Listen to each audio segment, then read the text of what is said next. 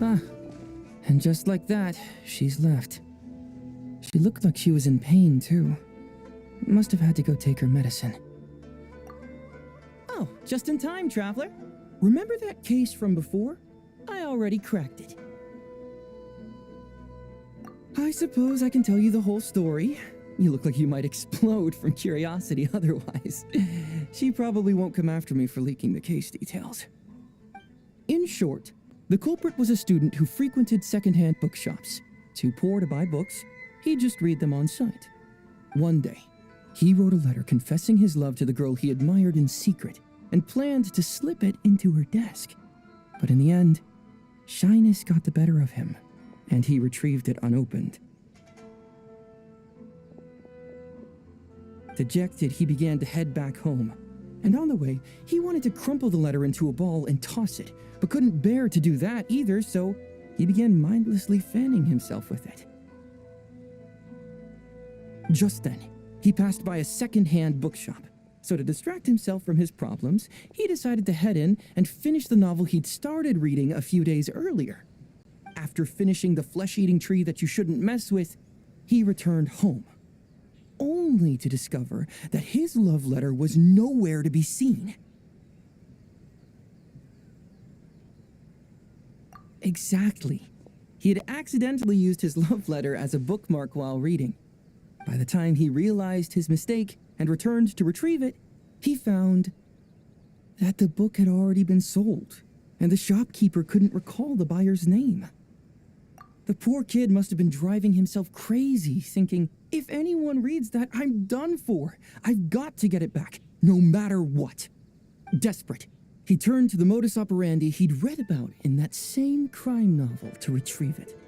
I don't know if it's because he's actually really talented due to the book's meticulous and detailed descriptions, or maybe because Inazuma City's been so safe lately that nobody bothers with basic precautions.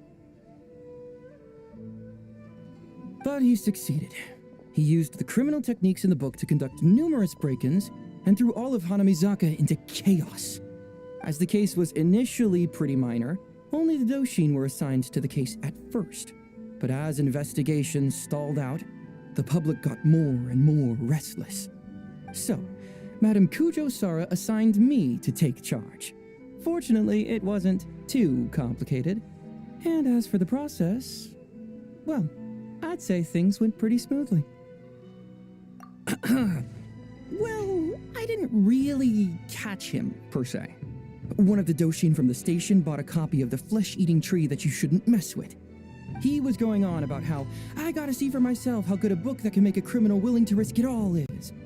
And when he opened it, the letter just fell out. After reading this baffling love letter, everything clicked. So I just picked a time when classes were about to finish, intercepting our little criminal on his way out. Of course he did. Turned tail and was about to bolt the second he saw me. So I just said, if you run, I'll show this letter to the desk mate you have a crush on. No sooner had I finished speaking than he meekly surrendered.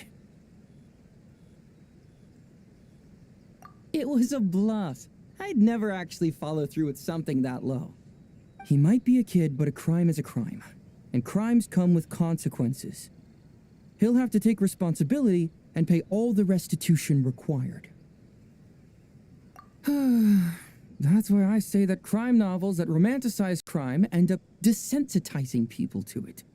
Something like this isn't really illegal, right? No harm, no foul. It's no big deal. Once ideas like that start worming into people's minds, they might unknowingly turn into fools who cross the line. Traveler, do you think like that? Really? It's okay if you do. It's only a crime if you act on such thoughts, after all. Oh, would you look at the time? I should head back to the station. The pile of cases on my desk isn't going to solve itself. After a debacle like this, I'm sure it won't be long before Madame Kujo takes us all on another public safety lecture tour.